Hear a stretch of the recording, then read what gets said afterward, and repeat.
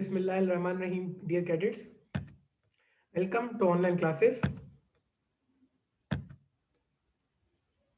This is Mehran Khan Sheikh, MSc Pakistan Studies, lecturer, Cadet College, Panwakil.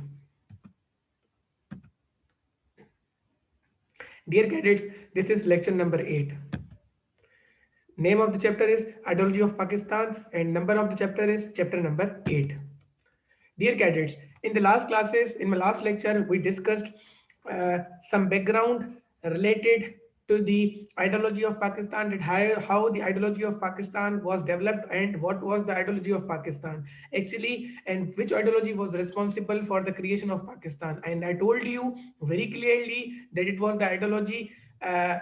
was the ideology of Pakistan that helped to create the Pakistan. And then we also discuss कि किस तरह से अल्लामा इकबाल या sir Syed Ahmad Khan शुरू में मुसलमानों की unity के लिए काम कर रहे थे.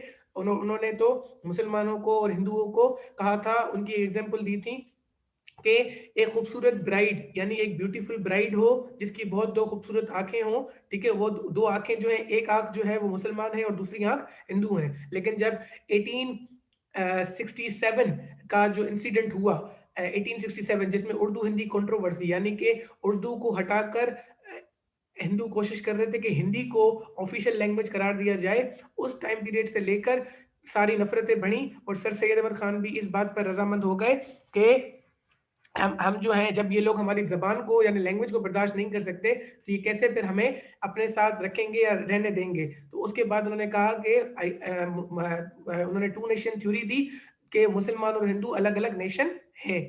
उसके बाद हमने बात की थी कि वॉर ऑफ इंडिपेंडेंस हुई थी. हालांकि वॉर ऑफ इंडिपेंडेंस यानी दोनों ने मिलकर मुसलमानों और हिंदुओं ने अंग्रेजों के खिलाफ जंग लड़ी थी, क्योंकि दोनों ही उनके सिस्टम से खुश नहीं थे. लेकिन मुसलमान और हिंदू मिलकर जंग हार गए थे, लेकिन जंग का जो सारा जिम्मेदार ठहराया गया था वो मुसलमानों को ठहराया गया था. तो बेटा वो जंग की क्यों गई थी, उसके रीजन क्या थे, क्यों जो इंडियंस थे यानी हिंदू और मुसलमान दोनों मिलकर क्यों उस जंग में लड़े अंग्रेजों के खिलाफ. ठीक है, ये हिंदू और मुसलमानों की जो दुश्मनी है वो तो बाद में हुई है, यानी कि पहले तो अंग्रेजों के वक्त पर अंग्रेजों के टाइम पीरियड में तो यानी कि सर सैयद अहमद खान के आने से पहले तो मुसलमान और हिंदू को ज्यादा जो मसला था बेटा वो तो अंग्रेजों से था. ठीक है, और अंग्रेजों का जब सिस्टम डेवलप हुआ, जब मुगल एम्पायर एंड हुआ, मुसलमानों की हुकूमत खत्म हुई, अंग्रेज उनके ऊपर गलबा पाने लगे, तो दोनों ने मिलकर कोशिश की कि हम जो है वो अंग्रेजों से निजात पाए. लेकिन उन्होंने जो जंग की जिसको वॉर ऑफ इंडिपेंडेंस कहा गया वो उसमें कामयाब नहीं हुए. अब हम देखते हैं आज का जो लेक्चर है उसमें मैं आपको बता रहा हूं कि क्या रीजन थे क्यों जो है उनको जंग करनी पड़ी अंग्रेजों के खिलाफ. तो सबसे पहले तो एक लॉर्ड डेलहाउसी थे, ठीक है, एक ब्रिटिशर थे. उन्होंने इंडिया के लिए एक पॉलिसी दी थी. उनकी एक पॉलिसी थी policy of annexation. Policy of annexation क्या है कि यानी टू कैप्चर द टेरिटरीज. ये ऐसी पॉलिसी थी जिसमें ज्यादा से ज्यादा जो है वो टेरिटरीज पर कब्जा करने की, या ज्यादा से ज्यादा टेरिटरीज अपनी जो ब्रिटिशर से अपनी टेरिटरी को, अपनी हुदूद को, अपनी लैंड को एक्सटेंड करते जा रहे थे. ज्यादा से ज्यादा जो लैंड है, ज्यादा से ज्यादा एरिया जो है अपने कंट्रोल में लाने की कोशिश कर रहे थे. तो उसको कहा गया पॉलिसी ऑफ एनेक्सेशन. वो किसने इंट्रोड्यूस कराई? लॉर्ड डेलहाउसी ने. इसकी एग्जांपल बड़ी जो है टेरिटरी ऑफ जेंसी जो है, ठीक है, उस टेरिटरी को भी इन्होंने अपने कब्जे में ले लिया था. ये इंडिया सब कॉन्टिनेंट के अंदर, इंडिया के अंदर ये टेरिटरी थी, टेरिटरी ऑफ जेंसी, जेंसी की टेरिटरी थी. ठीक है, उस टेरिटरी को भी इन्होंने अपने कब्जे में ले लिया था. फिर इसी तरह से बेटा हम देखते हैं लॉर्ड कैनिंग. लॉर्ड कैनिंग बेटा कौन थे? लॉर्ड कैनिंग जो है वो भी एक ब्रिटिशर थे.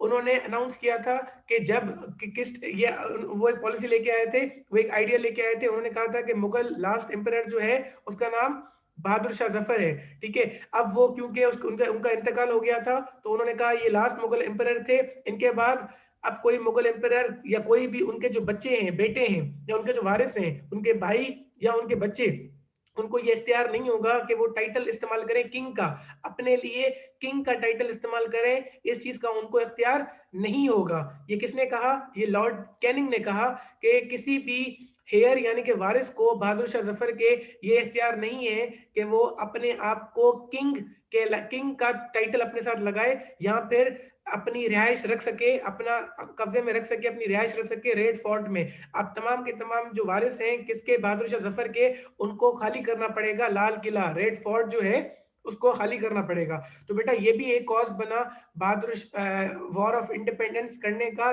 जिसकी वजह से मुसलमान, ये जो मुसलमान थे या हिंदूज जो थे, बेसिकली मुसलमान लेकिन हिंदूज भी उसमें शामिल थे, उसकी वजह से भी जंग की गई, जस्ट या अनरेस्ट जो प्रॉब्लम हुई वो उसकी वजह एक ये भी थी। दूसरा बेटा ये था कि द प्रमोशन ऑफ क्रिश्चियनिटी। बेटा ब्रिटिशर्स ने क्या किया अपने दौर में, उन्होंने ऐसे ग्रुप्स तैयार किए 2-3, और उनको टास्क दिया गया, उनको ये काम दिया गया कि फोर्सफुली कन्वर्जन करें, यानी कि मजहब को तब्दील करें इंडियंस के, लोकल इंडियंस का जो मजहब था, कोई हिंदूज थे कोई मुसलमान थे, these groups you try to convert the Indians into the Christianity. This was another fact.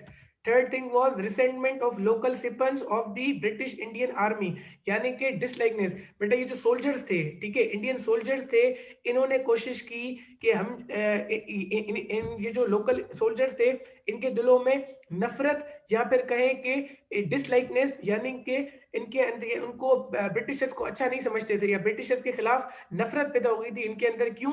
क्योंकि ब्रिटिशर्स की जो ट्रीटमेंट थी इंडियन सोल्जर्स के साथ, लोकल सोल्जर्स के साथ, जो इंडिया के सोल्जर्स थे चाहे वो हिंदूज हो या मुस्लिम्स हो, उनके साथ उनकी ट्रीटमेंट अच्छी नहीं थी। ब्रिटिश सोल्जर जो था, एक ब्रिटिश सिपाही जो था, अंग्रेज सिपाही जो था, उसकी सैलरी ज्यादा थी as compare to the Indian soldier की जो सैलरी थी। फिर इसी तरह से ये लॉ पास हुआ था वहां पे, यहाँ पे कानून था कि जब भी कभी वॉर शुरू हुआ करेगी, जंग लगा करेगी, तो जो सोल्जर्स की सैलरीज हैं उनमें उनको उनके सैलरी के साथ उनको बोनस भी दिया जाएगा। तो ये भी सिस्टम जो है ब्रिटिशर्स ने खत्म कर दिया था लोकल सोल्जर्स के लिए, लोकल इंडियन सोल्जर्स के लिए।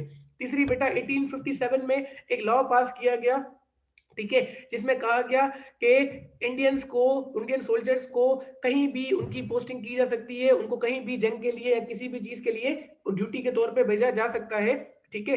तो ये भी चीज जो है नागवार थी, ठीक है, कबूल नहीं थी, एक्सेप्टेबल नहीं थी इंडियन सोल्जर्स के लिए, हिंदू सोल्जर्स के लिए। क्यों? क्योंकि वो तो समंदर की सी की पूजा करते थे, समंदर पार करना उनके मजहब के खिलाफ था। तो ये सारी चीजें जो है एक नफरत, मजहबी नफरत पैदा कर रहे थे क्रिश्चियनिटी के खिलाफ, अंग्रेजों के खिलाफ इंडियंस के दिलों में। फिर इसी तरह से बेटा जो मेन रीजन था जिसकी वजह से प्रॉब्लम क्रिएट हुई वो था इमीडिएट कॉज। वो क्या था? एक राइफल इंट्रोड्यूस करवाई गई थी अंग्रेजों ने, और उस राइफल को, वो राइफल जो है मुसलमानों के लिए, हिंदुओं के लिए अच्छी नहीं थी, उसको इस्तेमाल करना उनके लिए सही नहीं था। क्यों? क्योंकि उस राइफल के अंदर जो गोली पड़ती थी, यानी जिसको कार्ट्रिज कहते हैं, वो गोली जो है उसके अंदर ग्रीस होती थी, उसकी कोटिंग, उसकी गोली यानी कार्ट्रिज के ऊपर कोटिंग थी, और कोटिंग पर प्लास्टिक थी, यानी प्लास्टिक की कोटिंग थी, कवर था, उसके ऊपर ग्रीस लगी हुई होती थी।